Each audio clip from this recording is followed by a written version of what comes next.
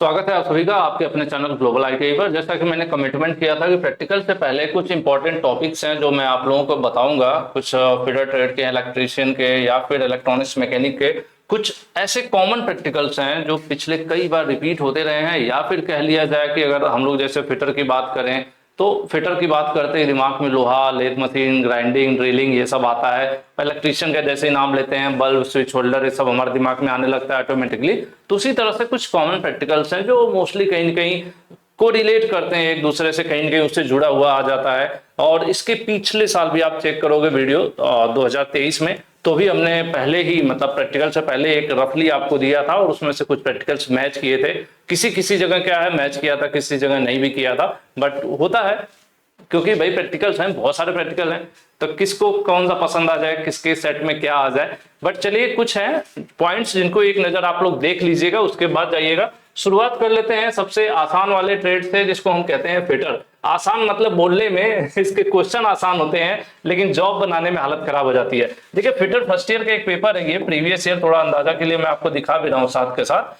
ये फिटर देखिए यहाँ पे लिखा हुआ है, ये सेकेंड ईयर का पेपर है। सेकेंड ईयर के पेपर और फर्स्ट ईयर के पेपर में बस डिफरेंस इतना होता है कि मान लीजिए फर्स्ट ईयर के पेपर में एक मेटल आपको मिल गया, तो इसमें क्या होगा कि कह देगा कि भाई इसको दो भाग में कट करो, एक मेल बनाओ, एक को मेल बना दो और एक को फीमेल बना दो। स्लाइड फिटिंग इसको कहते हैं, आप लोग शायद फिटर के बच्चे जानते होंगे।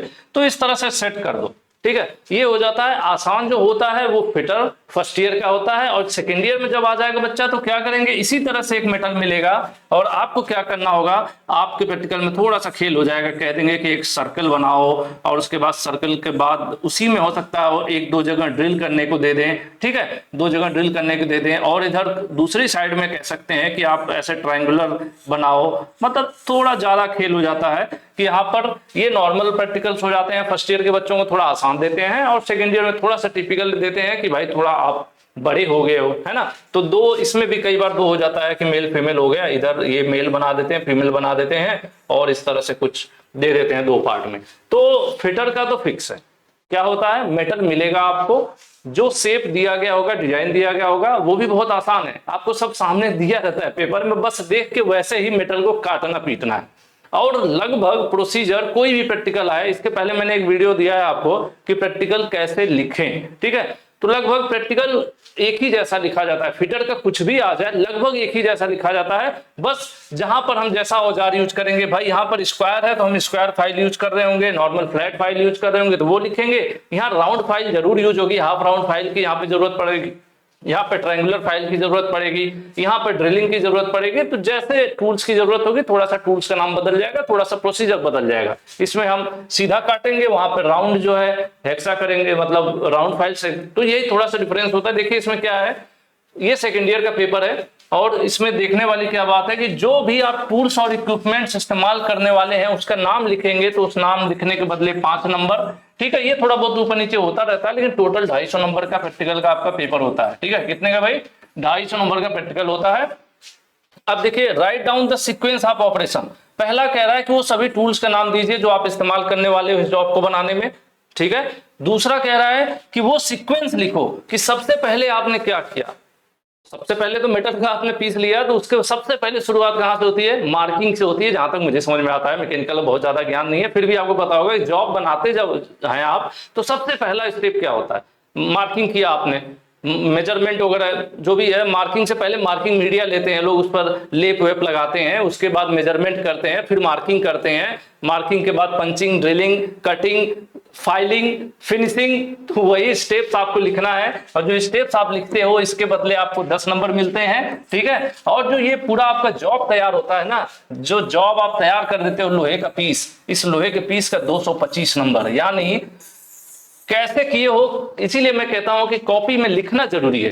क्यों, क्योंकि लिखने का बहुत ज्यादा नंबर नहीं है, असली नंबर किसका है, जॉब का। यानी 250 नंबर में 225 नंबर आपको लोहा जो बना के आप दोगे ना उसका मिल जाने वाला है। तो फिटर का कॉन्सेप्ट हो गया। इलेक्ट्रिशियन वाले वेट कर लें, इलेक्ट्रॉनिक्स मैकेनिक भागना मत, ठीक है।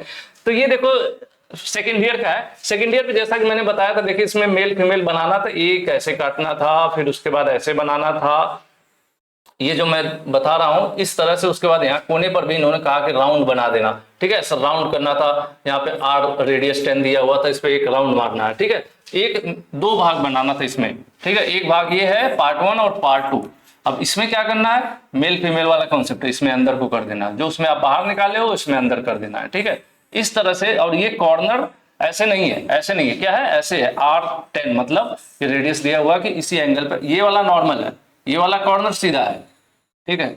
और उसमें क्या था, ये वाला सीधा था लेकिन वो वाला राउंड था। तो इस तरह से बनाना था दो पार्ट, मेटल के दो हिस्से, और जो पूरा मेजरमेंट दिया हुआ है कि इधर की साइड 75 होना चाहिए, सारा लंबा चौड़ा सब कुछ दिया है। मतलब फिटर में आसान होता है कि सब कुछ सामने होता है, इसमें बस आपको मेहनत करनी पड़ती है, इसमें दिमाग नहीं लगाना पड़ता, इसमें मेहनत करनी पड़ती है, ठीक है।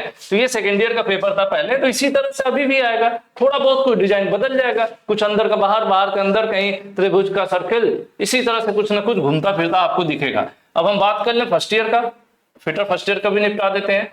देखिएगा फिटर फर्स्ट ईयर आसान है।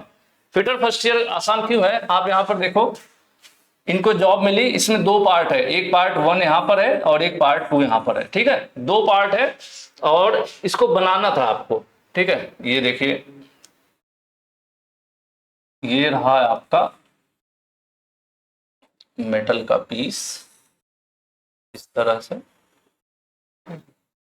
और इसमें अब थोड़ा सा कलर बदलो तब समझ में आएगा। ये कटिंग है, ये डिजाइन है, ये एक इस तरह से डिजाइन है, मतलब यहां से ये जॉब अलग है, कटा हुआ है, समझ रहे। मतलब ये ऊपर का हिस्सा एक पार्ट हो गया, जहां तक मैं समझ पा रहा हूँ, थोड़ा बहुत ड्राइंग गड़बड़ हो गई तो आप लोग समझ लीजिएगा। एक हिस्सा ये हो गया, एक हिस्सा हो गया, मतलब इसमें थोड़ा सिंपल था, यहाँ पे सीधा काट देना था और ये कॉर्नर पे थोड़ा सा ऐसे बना देना था। और सेकेंड ईयर वाला आपने देखा था, सेकेंड ईयर क्या था, सेम काम करना है लेकिन इसमें थोड़ा ज्यादा टिपिकल है, सर्किल है, कॉर्नर है, इधर कॉर्नर है, उधर कॉर्नर है, मतलब ज्यादा मेहनत करवाते हैं कि भाई सेकेंड ईयर वाले ज्यादा सीनियर हैं, ठीक है। तो प्रोसेस ये इस तरह से रहेगा, थोड़ा बहुत अलग देखने को। कभी कभी क्या होता है ना, कभी कभी एच बनाने को आ जाता है, एच इस तरह से एच बना हुआ आ जाता है प्रैक्टिकल वगैरह में, ठीक है। तो क्या है, मेटल रहेगा, आपको काटना पीटना होगा, उसको एच बनाना होगा, ठीक। तो इस तरह की ही फिटिंग्स वगैरह जनरली आती रहती हैं फिटर में। जो भी 2-4-10 डायग्राम आप देखे होंगे, डायग्राम देखना कि आपके पेपर में डायग्राम बना आया है, उसी को काट पीट के आपको बनाना है, सब मिला के आपको फाइल वाइल चलाना, काटना पीटना आना चाहिए, ठीक है। तो फिटर हो गया आसानी से खत्म। अब आ जाते हैं इलेक्ट्रीशियन के, मैं आपको कुछ दिखा देता हूं। इलेक्ट्रीशियन फर्स्ट ईयर का पेपर देख लीजिए, पहले का। इसमें पहला क्वेश्चन, ये पहले का पेपर है, इसमें पूछा था बैटरी का जो है, बैटरी की ग्रेविटी चेक करने की बात हो रही है, ठीक है। बैटरी की ग्रेविटी चेक करने की बात हो रही है कि बैटरी चार्ज है नहीं चार्ज है, वो एक होता है ना हाइड्रोमीटर या हाइड्रोमीटर, क्या नाम है उसका, जो भी, तो उसे ग्रेविटी चेक करने की बात हो रही है और बैटरी से रिलेटेड ही है ये। जो भी आपके रिक्वायर्ड टूल्स मटेरियल है वो सब लिखना है आपको। तो ये 50 नंबर का प्रैक्टिकल था, टोटल 250 का है, तो अलग अलग क्वेश्चन, ये 50 नंबर का है, बैटरी का चार्जिंग वगैरह और उसके लोड कि टेस्टिंग वेस्टिंग से रिलेटेड है, ठीक है। अब मैं ज्यादा इसलिए नहीं एक्सप्लेन कर रहा हूं क्योंकि मैं ज्यादा ट्रेड की नॉलेज मेरे पास नहीं है, बट आइडिया आपको दे रहा हूं। उसके बाद दूसरा सवाल था 3 फेज सर्किट, जो भी 3 फेज की बिजली आती है, जैसे 3 फेज सर्किट होगा तो 1 2 3 4 वायर होगा ना, एक क्या होगा आपका, एक न्यूट्रल होगा, बाकी एक फेज 1 होगा, फेज 2 होगा, फेज 3 होगा। अब नॉर्मल हमारे पास अगर 2 वायर वाला होता है तो हम लोग क्या करते हैं, वोल्ट मीटर या वोल्ट मीटर लगा लिया या फिर हम मल्टीमीटर लगा लिए, सीधे यहाँ पे लगाते हैं और वोल्टेज दिखाने लगता है, ठीक है। लेकिन अगर 3 फेज वाला दे दिया, तो 3 फेज दे दिया तो इसमें 2 वाट मीटर, मतलब एक मेथड है जिसका नाम है 2 वाट मीटर, और उससे कुछ चेक करना था कि क्या इसमें पावर वगैरह है, मतलब ठीक है, 3 फेज की टेस्टिंग। उसके बाद एक था HT और LT terminal single phase transformer का चेक करना था आपको, ठीक है, हाई वोल्टेज साइड और लो वोल्टेज साइड जो होता है ना। और हर जगह इलेक्ट्रिशियन प्रैक्टिकल में एक बड़ी कॉमन सी चीज है जो आपको हर बार चाहिए होगी, वो फर्स्ट ईयर और सेकेंड ईयर हो, ज्यादातर प्रैक्टिकल में चाहिए होता है आपको टेस्ट लैम्प। टेस्ट लैम्प क्या होता है, टेस्ट लैम्प कोई बड़ी चीज नहीं होती है, एक होल्डर बल्ब वाला, ऐसे कोई भी एक होल्डर होता है, ठीक है, आपने देखा होगा इस तरह वाला होल्डर, और इसके नीचे लगा देते हैं, ठीक है, इसमें लगा देते हैं हम लोग एक बल्ब, ज्यादातर 100 वाट वाला यूज करते हैं जिससे कि रोशनी वगैरह क्लियर रहती है, एलईडी बल्ब नहीं यूज करते हैं, ठीक है। वायर आपने 2 वायर लगा दिया, तो इसी को बोला जाता है, क्या बोला जाता है, टेस्ट लैम्प। तो टेस्ट लैम्प आपको चाहिए ही चाहिए होगा मोस्ट ऑफ द प्रैक्टिकल में, वो इलेक्ट्रिशियन का प्रैक्टिकल हो, कोई फर्स्ट ईयर का सेकेंड ईयर का हो, एक टेस्ट लैम्प चाहिए होगा। मोटर की टेस्टिंग दे दिया, या फिर कई बार ट्रांसफार्मर की टेस्टिंग दे रहा है ना, या फिर मोटर वगैरह होती हैं तो उनके टर्मिनल्स पहचानने को दे दिया। आपने देखा होगा ना मोटर में जो 3 फेज मोटर्स वगैरह होती हैं तो उसमें कई सारे टर्मिनल लगे होते हैं, मतलब कई सारे पॉइंट्स जुड़े होते हैं, तो उसको आइडेंटिफाई करने को दे दिया। तो इस तरह से सवाल देता है, ठीक है। ये फर्स्ट ईयर का पेपर था और इसको मैं दिखा देता हूँ अब आपको। सेकेंड ईयर का पेपर दिखाता हूँ। सेकेंड ईयर में क्या है, 3 फेज, हाँ देखिए आगे 3 phase squirrel cage induction motor था। इसके क्या करना है आपको, इसके टर्मिनल पहचानने थे, ठीक है। इसमें भाई जो भी टर्मिनल्स लगे ना, 3 फेज होगा तो उसमें टर्मिनल कनेक्ट होते हैं ना, जहाँ पे एक सप्लाई होती है, इस तरह से पॉइंट्स बने रहते हैं। आपने मोटर में देखा होगा पॉइंट्स बने रहते हैं, उसमें तार कुछ 3-4 कनेक्ट करते हैं, फिर कुछ अंदर की तरफ जाता है। तो टर्मिनल्स को आइडेंटिफाई करना था, उसका प्रोसेस लिखना था। उसके बाद एक बड़ा रेक्टिफायर, बड़ी खतरनाक चीज है ये। इलेक्ट्रॉनिक्स मैकेनिक वाले बच्चे भी ध्यान दें और इलेक्ट्रीशियन वाले भी, आप लोग रेक्टिफायर को देख लेना। ये बड़ा कॉमन सा सवाल है, लगभग हर बार घुमा फिरा के रेक्टिफायर से पूछ देता है, ठीक है। रेक्टिफायर से रिलेटेड प्रैक्टिकल आ जाता है। रेक्टिफायर बनाने के लिए देखो ये 3 प्रकार का जनरली होता है।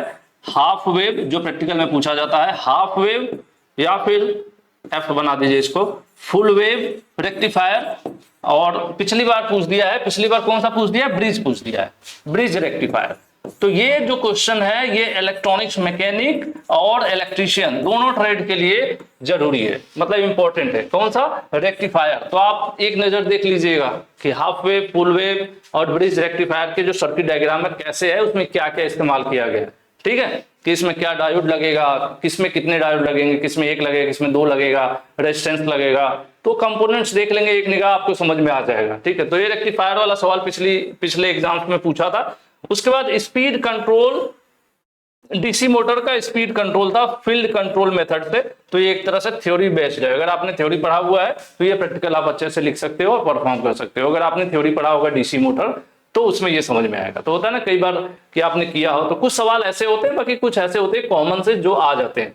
बाकी 1-2 सवाल जो मैं कई बार कहता हूं कि कई बार रिपीट होते हैं, उनकी हम जिक्र कर लेते हैं। अभी चलो फिटर के साथ साथ एक कोपा का भी मैं बता देता हूं कि कोपा वाले बच्चों का क्या सीन रहता है। कोपा वाले बच्चों का क्या होगा, एमएस वर्ड या एमएस ऑफिस से रिलेटेड, ठीक है। एमएस ऑफिस में एमएस वर्ड हो गया, ठीक है, वर्ड या पावर पॉइंट या फिर एक्सेल, आपको मिल जाएगा कुछ ना कुछ कि भैया एमएस वर्ड में मिल जाएगा कि इस फॉर्मेट में ये चीज बना के दीजिए। एक्सेल में मिल सकता है कि 20 बच्चों का डेटा बना के देना है और बच्चे का एवरेज निकाल के देना है या जोड़ कर देना है, इस तरह से। तो सब मिलाकर जो कंप्यूटर से रिलेटेड ट्रेड्स होती हैं उनको जनरली या तो कई बार प्रिंट करके आपको दिखाना पड़ता है कि आपने जो A4 साइज का ये करो, इस तरह से करो कि ऊपर हेडिंग आए, नीचे से 2 इंच छूटे या लेफ्ट साइड से इतना गैप होना चाहिए। समझ रहे हैं ना, मार्जिन वगैरह जो पेज सेटअप वगैरह होता है, पेज लेआउट में जाके सेटअप वेटअप करना पड़ता है। तो इस तरह का सवाल कोपा वाले बच्चों का आता है, ठीक है। तो उनको बाहर से बहुत ज्यादा कुछ नहीं, एमएस वर्ड, पावर पॉइंट या फिर एक्सेल से जुड़े कुछ ना कुछ काम मिल जाता है। भैया इसको करके प्रिंट आउट करके दिखाओ या फिर करके दिखाओ, एग्जामिनर देख लेता है साथ के साथ, या फिर कई बार होता है कि करके अपने लैपटॉप उसी कंप्यूटर में अपने नाम से फाइल को सेव कर दो। तो ये तो कोपा का हो गया। इलेक्ट्रॉनिक्स मैकेनिक भी लगभग मैंने आपको बता दिया। इलेक्ट्रॉनिक्स मैकेनिक वाले जो है ना भाई, रेक्टिफायर देख लेना, half wave, full wave, bridge rectifier, ठीक है, वो बड़ा कॉमन सा है आप लोगों में। और सीआरओ, इलेक्ट्रॉनिक्स मैकेनिक के लिए सीआरओ भी और इलेक्ट्रीशियन के लिए भी सीआरओ भी बड़े इंटरेस्टिंग टॉपिक है। कई बार इससे पूछ देता है मेजरमेंट वगैरह, ठीक है। बाकी कुछ यहाँ पर मैंने पॉइंट आउट कर रखा है, फर्स्ट ईयर सेकंड ईयर सब बच्चे देख लेना अपने सिलेबस के हिसाब से। हाफ वेव, फुल वेव और ब्रिज रेक्टिफायर, ट्यूबलाइट के जो कनेक्शन होते हैं सीरीज और पैरेलल में, 2 ट्यूबलाइट को जोड़ना पहले बहुत ज्यादा पूछा करता था, इधर बीच में नहीं पूछ रहा है तो क्या पता आप पूछ दे। ओम्स लॉ का वेरिफिकेशन, ज्वाइंट्स होते हैं ना, जैसे ब्रिटानिया ज्वाइंट हो गया, रेड टेल ज्वाइंट हो गया, और कई सारे जो आप लोग पढ़ते नहीं रहते, इस तरह से जो ज्वाइंट्स बनाते हो यार, शुरुआत आपकी वर्कशॉप में होती है तो ज्वाइंट्स बनाना आपने देखा होगा, अलग अलग प्रकार के आप ज्वाइंट्स बनाते हो। तो ये सब इस तरह के ज्वाइंट्स पे एक नजर देख लेना। बैटरी की चार्जिंग डिस्चार्जिंग कैसे चेक करते हैं, हाइड्रोमीटर या हाइग्रोमीटर जो भी उसका नाम है, जिससे ग्रेविटी वगैरह चेक करते हैं, वो हो गया।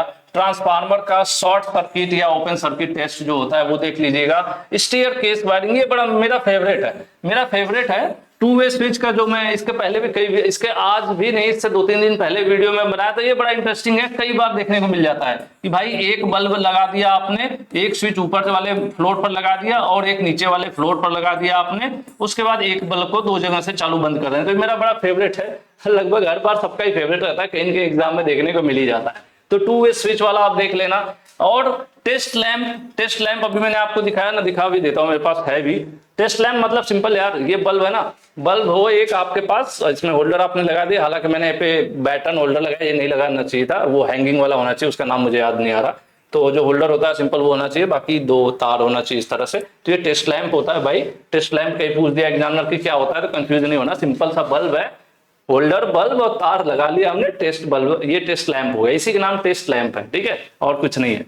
और कई बार एक आध बार सीरीज टेस्ट बोर्ड भी आ जाता है, ठीक है, तो वो चीजें आप देख लेना। 3 फेज पावर मेजरमेंट जो भी मैंने बताया था कि सिंगल फेज में होता है, सिंगल फेज में वोल्टेज आ रहा है नहीं आ रहा है या कितना आ रहा है, तो हम चेक करना चाहते हैं, तो ऐसे एक तार यहाँ लगा एक यहाँ लगा है, लेकिन 3 फेज का वोल्टेज चेक करना हो तो कैसे चेक करेंगे? 2 वाट मीटर मेथड, प्रैक्टिकल की कॉपी में देखना आपको मिल जाएगा, ठीक है।